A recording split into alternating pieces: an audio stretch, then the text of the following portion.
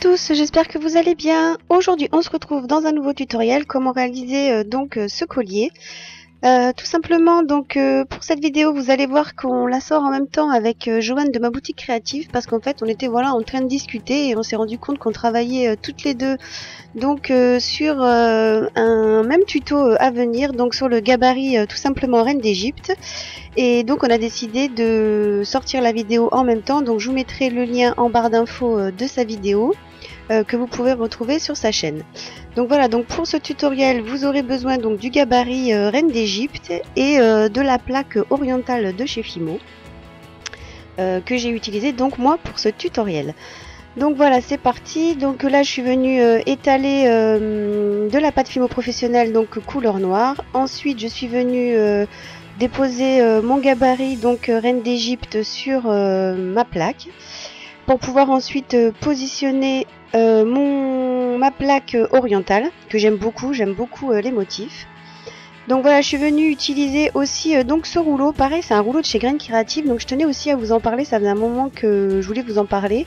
Donc ça permet comme ceci d'appliquer les plaques de texture, et c'est vrai que c'est très pratique parce que plutôt que d'utiliser notre rouleau où à certains endroits on va appuyer plus que d'autres, avec ce rouleau au moins vous êtes sûr d'appuyer également un petit peu partout donc sur la plaque.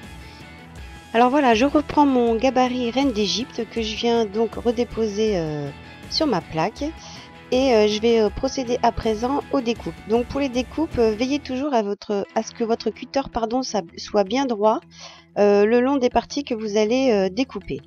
Donc vous faites toutes les découpes de vos pièces, vous retirez la pâte et ensuite je viens déposer donc les poudres de mica que vous pouvez retrouver donc les liens dans le haul que je vous ai déjà fait donc sur cette chaîne. Donc après, si vous n'avez pas ces poudres de mica, vous pouvez utiliser les Pearl X, ou sinon toujours vous pouvez utiliser tout simplement du maquillage, des fards à paupières. Et on vient comme ceci, donc là j'ai joué sur deux couleurs, sur la couleur or que j'avais et sur une couleur cuivre. Je voulais faire un peu un mélange des deux poudres mica pour voir ce que ça allait donner. Donc j'ai posé quelques touches de couleur or, ensuite de couleur cuivre, et ensuite je suis venue comme ceci remettre un petit peu de couleur or pour bien faire un mélange des deux poudres. Donc voilà ce que ça donne avant cuisson. Donc ensuite j'ai passé mes pièces au four à 110 degrés pendant 30 minutes. Pendant ce temps là je suis venue faire les découpes toujours avec le gabarit Reine d'Égypte pour pouvoir faire mes semelles derrière mon bijou. Donc voilà, j'ai refait toutes les découpes des pièces dont j'avais besoin en attendant que mes pièces cuisent au four.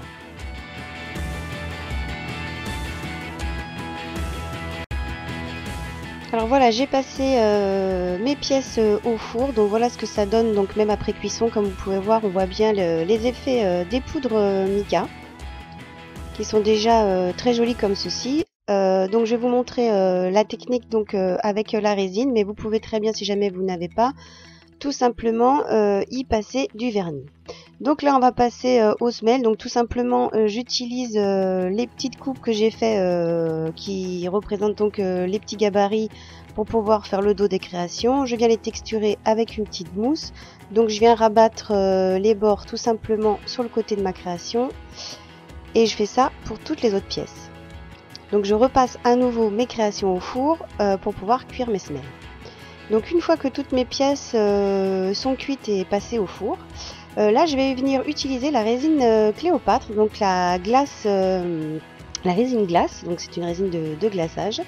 Donc là faites bien attention à la notice et au dosage. Vous avez 4A pour 3B, donc vous avez toujours votre petite dosette qui vous permet de réaliser donc votre mélange de résine. Surtout respectez bien les mélanges pour que ensuite votre résine donc soit prête à l'emploi et qu'elle puisse prendre dans les conditions normales d'utilisation.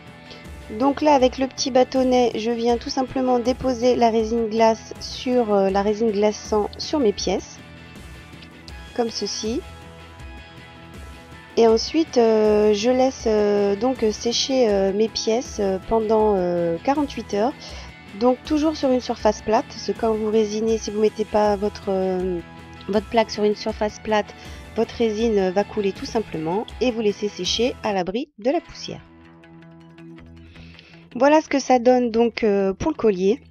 Alors je vais vous montrer quelque chose, c'est qu'ensuite, quand j'avais réalisé mes pièces par rapport au dos de mes créations, j'étais partie au départ un petit peu pour les percer et puis pour les assembler. Mais je trouvais le résultat tellement joli avec la résine que je trouvais un petit peu dommage de les percer et de passer des anneaux. Donc du coup je suis partie sur un autre type de montage que je vais vous montrer, donc tout simple. Alors donc pour faire finalement passer mon fil alu, je suis venue refaire une petite texture en y passant des petits bouts de paille. Vous remettez un petit peu de pâte et vous texturez. Comme ça, cela vous permet de passer votre fil aluminium à l'intérieur donc de vos pièces.